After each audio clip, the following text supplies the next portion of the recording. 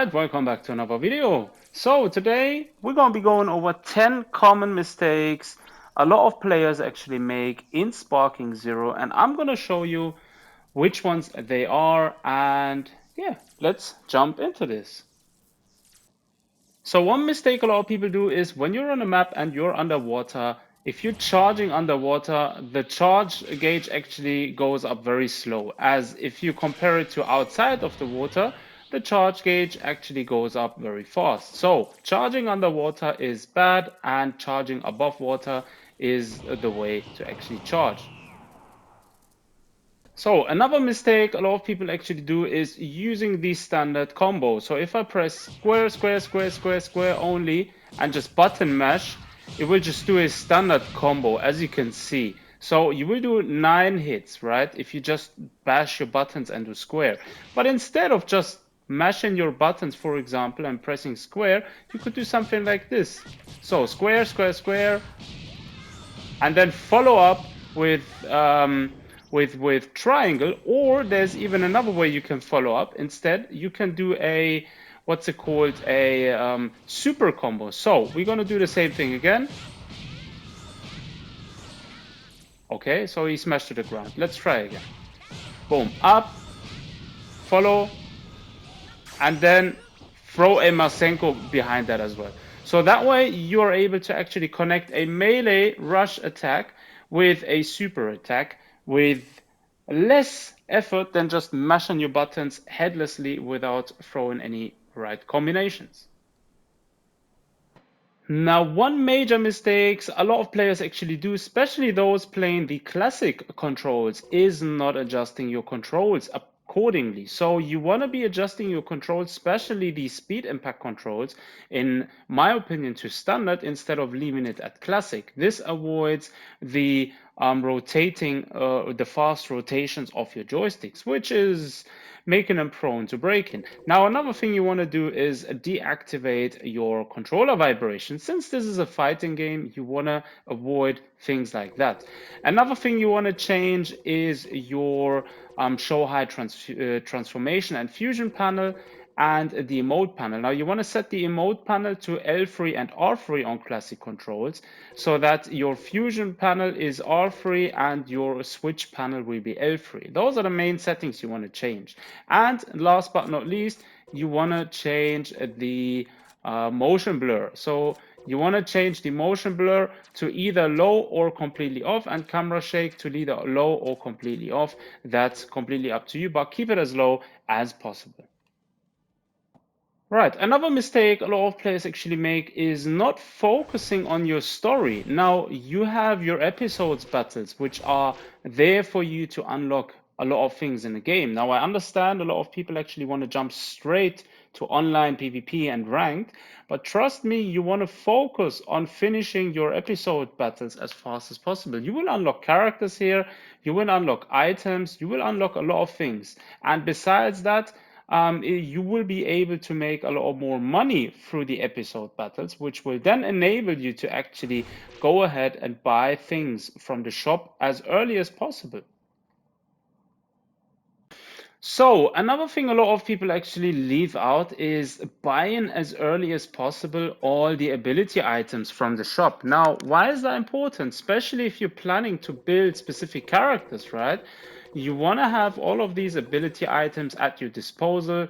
You also want to try and unlock these characters as quick as possibly. I mean, you can also unlock them naturally by playing the game later on and buying them at a later stage, which isn't too bad if you're not buying them early on. But regardless, focusing on buying the things out from the shop as early as possible is actually a nice goal to achieve, and not only focusing on ranked or PvP online, right? Now, regardless if these items work in the episode battles or not, they will work in online mode, PvP mode, so you're able to utilize them there, or you're able to utilize them in the custom battle mode, or even tournaments if you have it turned on. Now, another mistake is Super Shenron summoning. Now, I've already summoned him 3 times now, and I already have whatever I need, right? But for all those who don't know, when you summon Super Shenron, you're actually able to wish for 2 characters, which is either Goku Black or Fused Zamasu, right? Now, both are great characters and fun to play, but hear me out.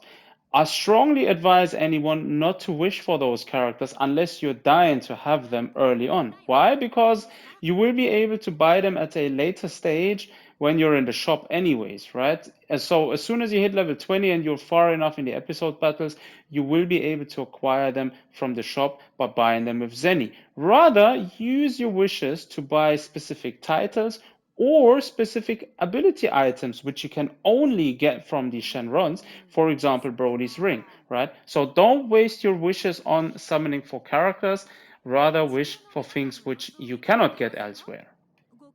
Another mistake a lot of people actually do is they jump straight ahead to ranked mode, which is something. I mean, it's fun and stuff to play ranked, but the problem with ranked is obviously, especially if you're fresh to these kind of games and you're not really too fixed up and you don't really know what kind of skills you have yet. You're not really versatile with the combinations already. So, in my opinion, it's something. If you're going straight to ranked without having even got to know the game yet, right? You're going to be struggling because there is a lot of die-hard, heavy combination kind of players, which will make your life very hard when playing ranked mode, right? So my suggestion is to actually go ahead and focus on training, getting some combinations right, fixing up your gameplay, making sure you know how to vanish in the right moment, how to deflect blows, how to how to do super combos, for example, right? Which is one thing that a lot of people actually are struggling with, right? On how to actually make a super combo and how to actually connect. So yeah, stay away from ranked if you're not really that versatile yet in the game, and try and focus on training. Now, another mistake is people will skip the battle training. Now, the battle training is actually something very essential in this game. You want to get to know your basic controls, you want to get to know some basic combinations, and as you can see here, this battle training will actually teach you everything from basic maneuvers to close range maneuvers to counter, super attacks, follow up attacks, how to do instant transmission attacks, stuff like that. So that is definitely one mode which should never be overlooked by any player, especially those who are planning to jump into ranked and mess with players who actually have been previously grinding something like Budokai Tenkaichi 3 and actually have been getting ready for Sparking Zero, right? So definitely make sure you finish up your battle trainings, get used to the controls, and try to master especially things like counters, revenge counters, vanishes, and things like that.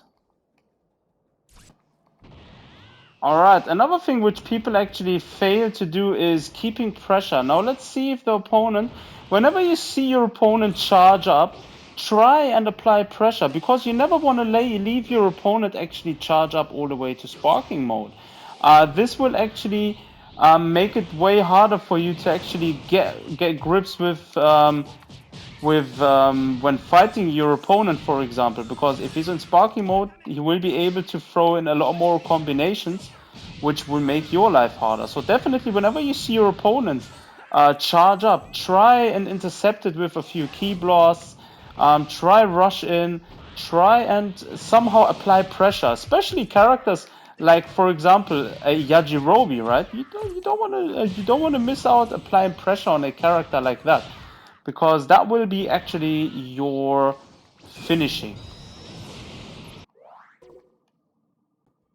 All right, last but not least, we are back in the options and specifically the accessibility options. Now, a lot of people actually don't bother about this, but I'm going to show you why this is important. Now, when you first start off the game, it will basically put your battle assist on semi-automatic, right? Now, these four here will probably be turned on or off depending on what kind of setting you have.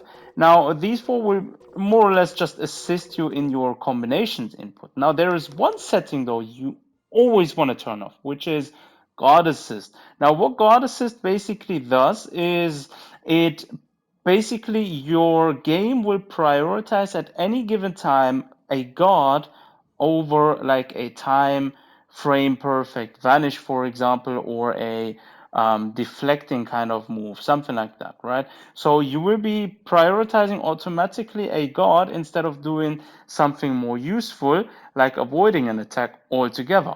So that is one thing you must turn off. Like literally, if you want to play this game as a good player, you want to turn this off straight away. Like if you haven't turned it off yet, that's one thing you want to be doing. And yeah, it will definitely change your gameplay experience. And in my opinion, actually leaving off everything except the recovery assist is actually a smart choice to do. So yeah, those are all the 10 common mistakes I've noticed a lot of people actually doing. Let me know down below in the comment section what you think. Maybe you have a few more suggestions and do put them down there. And as always, thanks for tuning in. Take care of yourself.